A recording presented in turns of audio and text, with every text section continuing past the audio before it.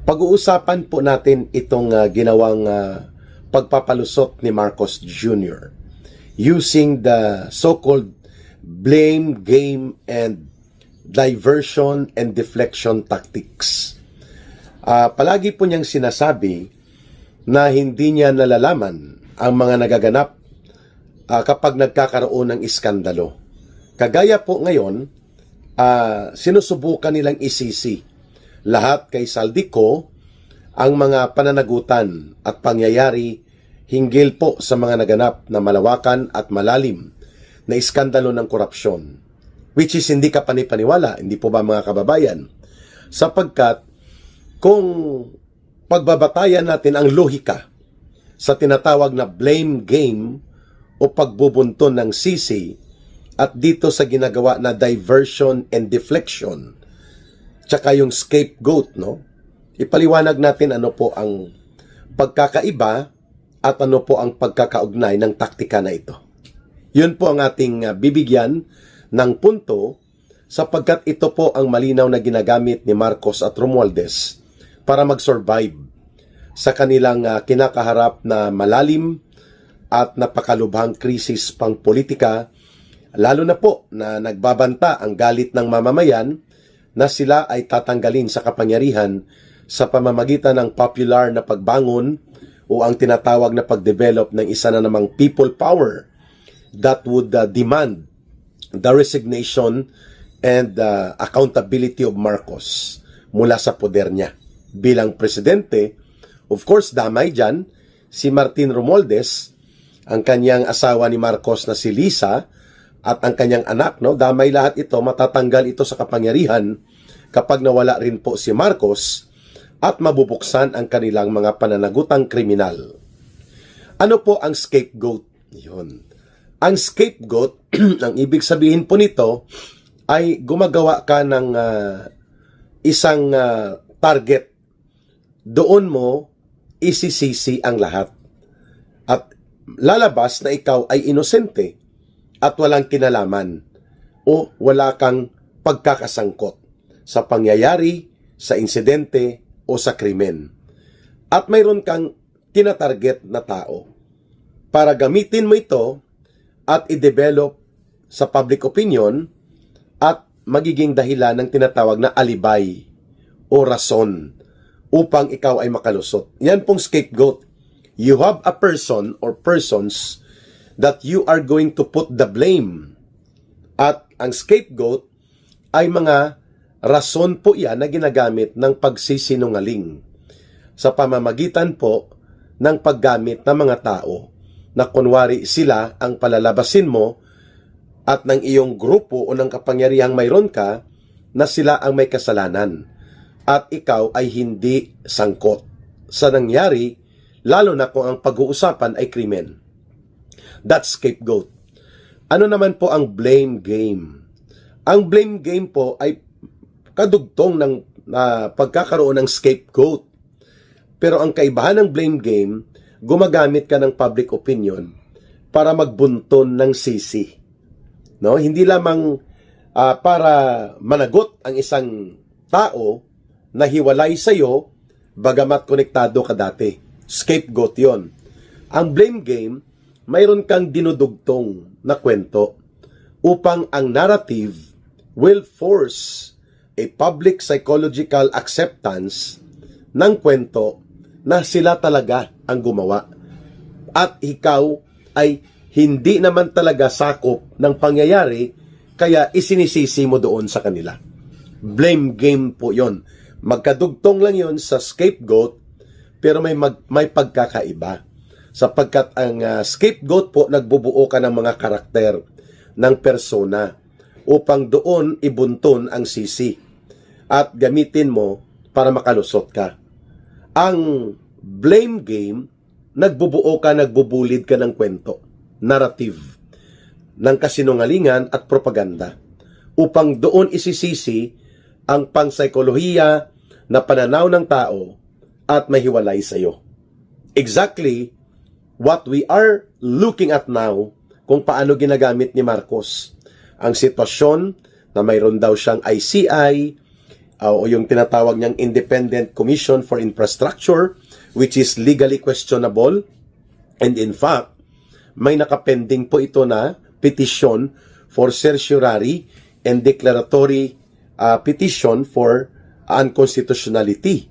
Illegal ang ginawang ito, na alam natin na ang ICI or itong Independent Commission for Infrastructure ni Marcos ay hindi naman talaga independent. Ito po ay instrumento for cover-up, for whitewash. So ang blame game at ang scapegoat ay bahagi ng cover-up at bahagi ng pagpapalusot na taktika. Ano naman po ang diversion and deflection? Yon. Ang diversion, iniiwas mo. Ang deflection, pinapaling mo. Yun.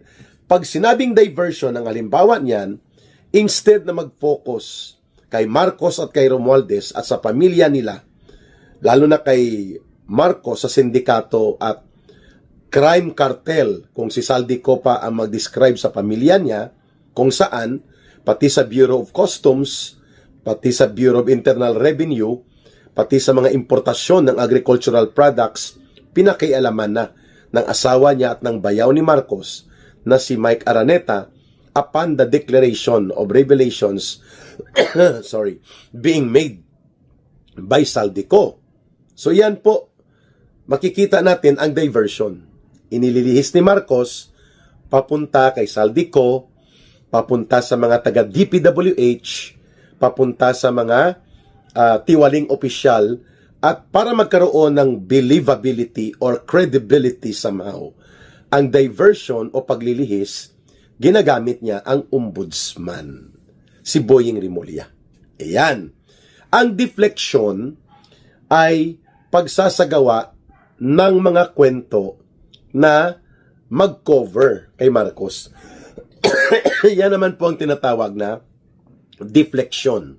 Ang deflection, for example, imbis na pag-usapan ang revelations ni Saldico, pinag-uusapan ngayon, kunwari, nagbalik ng mga sinauling perang ninakaw, itong district engineer sa Bulacan na si Alcantara, na katrabaho ni Saldico, katrabaho ni Undersecretary Bernardo, at katrabaho ni Bunuan sa pangungulimbat upang ang bilyon-bilyon na pera ng mga proyektong itinago at inilihis papunta sa Bulacan ay magagamit nila.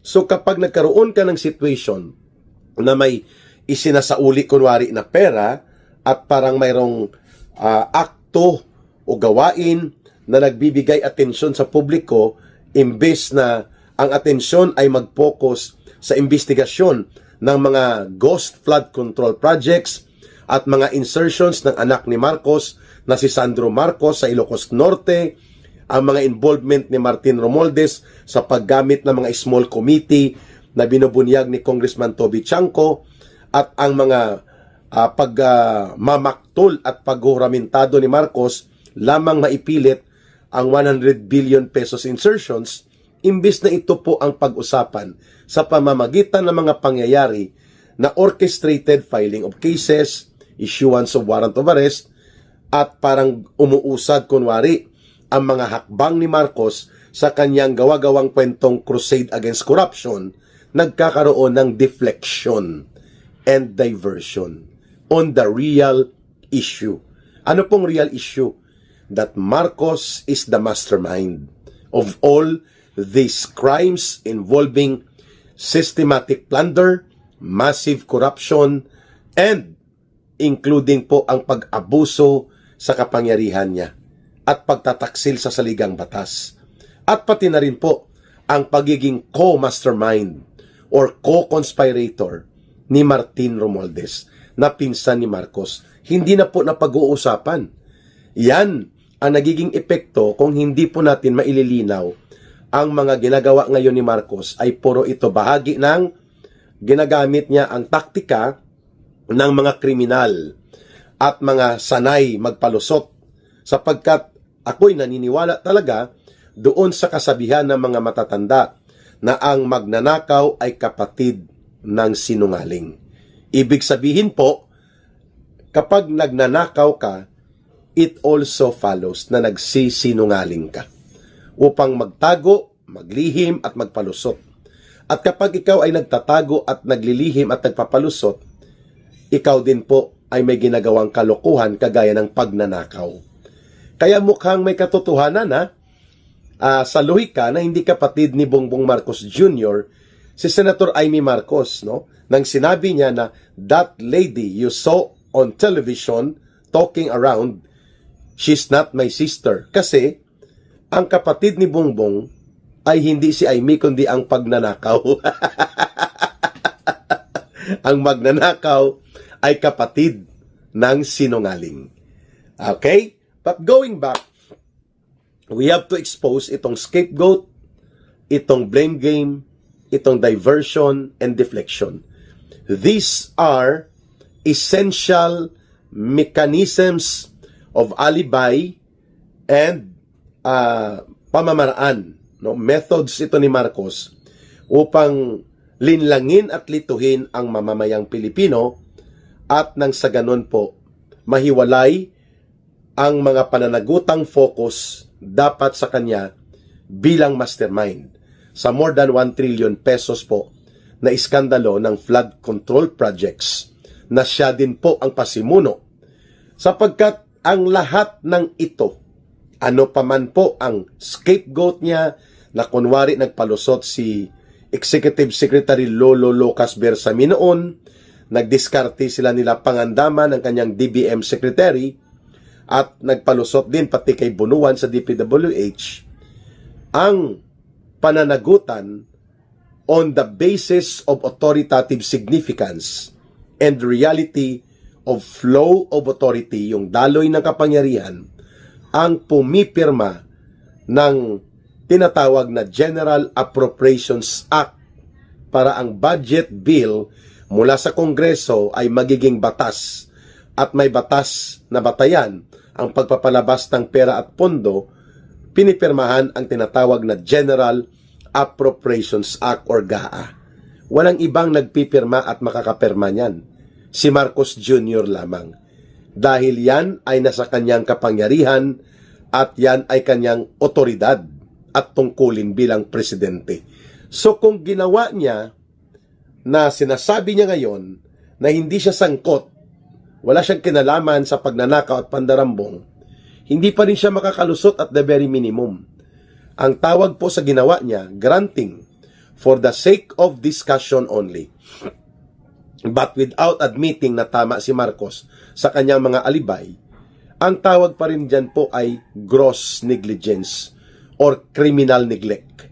May pananagutan pa rin po si Marcos sapagkat siya ang nagbigay ng otoridad at epekto ng batas sa pamamagitan ng pagpipirma niya ng General Appropriations Act of 2023, General Appropriations Act of 2024, and General Appropriations Act of 2025. At the very minimum, ang kanyang palusot na scapegoat, blame game sa mga Duterte, deflection and diversion ng mga issue, hindi po makakatayo sa katotohanang ang ultimate na pananagutan kung bakit nagiging batas ang General Appropriations Act o ang mga budget na ipinapasa, kinakatay, sinisindikato nila Martin Romualdez at nila Saldico at na mga alipori sa sindikato ni Marcos. Hindi po lahat ito magkakaroon ng epekto ng isang batas at poder upang maipalabas ang mga pondong bilyon-bilyon na ninanakaw kung hindi pinipirmahan ni Marcos na maging batas ang tinatawag na General Appropriations Act. Diyan pa lang, hindi na po makakaiskapo si Marcos.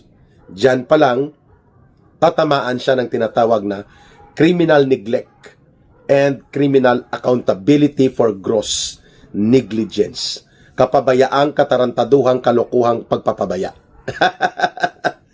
But, it's beyond simply the criminal neglect for gross negligence. Ang ginawa ni Marcos, siya talaga ang mastermind.